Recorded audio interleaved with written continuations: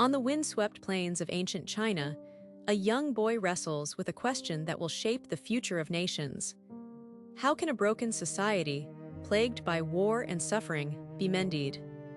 This boy is Confucius, destined to become one of history's greatest teachers, though he will never rule a kingdom or lead an army.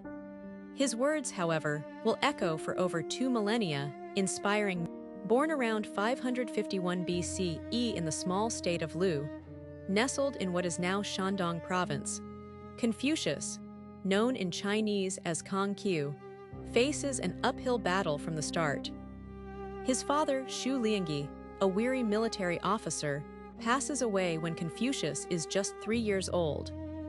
Left in poverty, his mother, Yan Zhenzai, works tirelessly to provide him with an education, instilling in him a profound respect for learning. Despite their struggles, the lessons of perseverance and knowledge become the cornerstone of his future. As a boy, while other children wield toy swords, Confucius immerses himself in rituals, arranging small objects to mimic ancient ceremonies. His fascination with the threads of tradition and history reveals an innate understanding. For society to thrive, it must be anchored in respect and order. With every curious glance at the world, he poses a question that will become his life's mission. How can we fix a world so torn apart by chaos? In his teenage years, Confucius takes on humble roles to support his family. He manages grain stores and cares for livestock, all the while keeping his mind sharp through reading and study. He dives into the ancient texts of Chinese civilization, absorbing poetry, history, and philosophy. Amidst these struggles, he marries a woman from the state of Song, welcoming a son named Kong Li and a daughter into the world. Family becomes a vital pillar of his beliefs, shaping the foundation of his philosophy on societal harmony. Yet, Confucius yearns for more than the confines of daily life. His ambition stretches toward the thrones of kings and the hearts of rulers. He dreams of crafting just and peaceful societies through wise governance. In a land ravaged by corruption and chaos, where the elite thrive while the ordinary suffer, he burns with a desire to change the narrative. The spring and autumn period is marked by strife, and Confucius knows that a ruler's values can either uplift or doom a nation. In his late 20s, Confucius steps into the role of teacher, shattering the barriers of education that restrict learning to the wealthy elite. He opens his doors to anyone eager to learn, regardless of their social status or wealth. This revolutionary act lays the groundwork for a new era where knowledge is no longer a privilege but a birthright. With each lesson taught, he plants the seeds of wisdom that will one day help nourish the souls of countless generations to come. He said that the only requirement was a genuine desire to learn. For that, he asked only for a small symbolic payment, a bundle of dried meat or a piece of cloth. If a student was too poor even for that, he taught them anyway.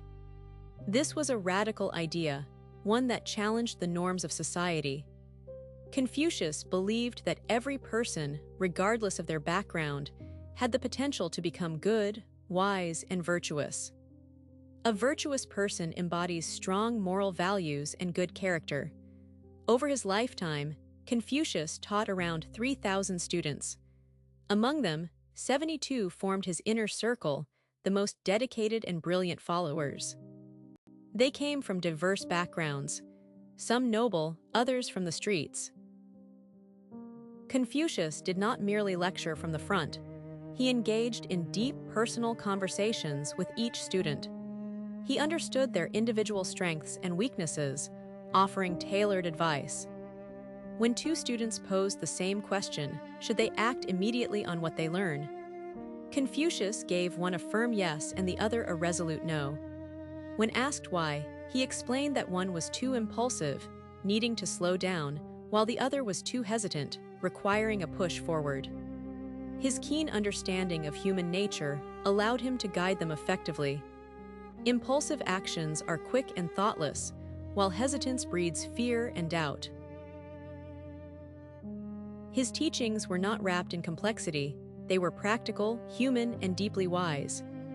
Confucius built his philosophy upon 5 core values. The first, Ren, signifies kindness, love, and compassion for others, the cornerstone of his system. A truly good person, he taught, cares for all humanity, not just for family and friends. He famously stated, "Do not do to others what you do not want done to yourself." This golden rule resonates across many of the world's religions and philosophies, and Confucius may have been the first. The second value is Yi, representing righteousness, the pursuit of moral correctness. A person of good character, he taught, chooses what is right, even at a personal cost. Convenience, he warned, often leads to moral failure. Third is Li, denoting ritual, proper behavior, and social harmony. Confucius believed that societal structure is essential for stability. Respect must exist between children and parents, loyalty between citizens and government, and honesty among friends.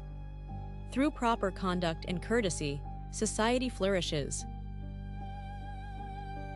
The fourth value is Zhai, embodying wisdom and the love of learning. Education, Confucius asserted, forms the foundation of personal growth. He famously said that learning without thinking is wasted effort, while thinking without learning is perilous. Both knowledge and reflection are vital for human development. The fifth value is Xin, which stands for faithfulness and integrity. Confucius taught that words and actions must align, emphasizing the importance of honesty and consistency. The man who asks a question is wise for a moment. The one who does not ask remains a fool for life.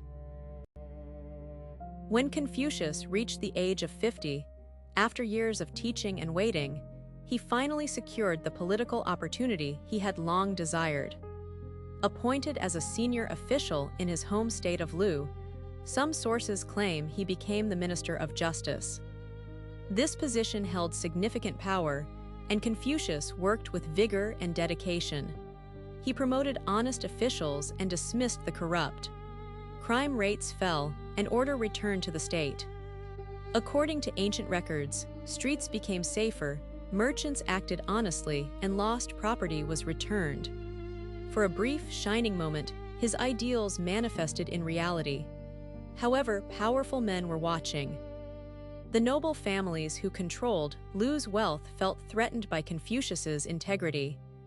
An honest government threatened their schemes. They plotted against him, using deceit and political maneuvering to undermine his efforts. Eventually, their plans succeeded, and Confucius was forced from his position. He is exiled, driven from his homeland. A heavy heart carries him into the unknown.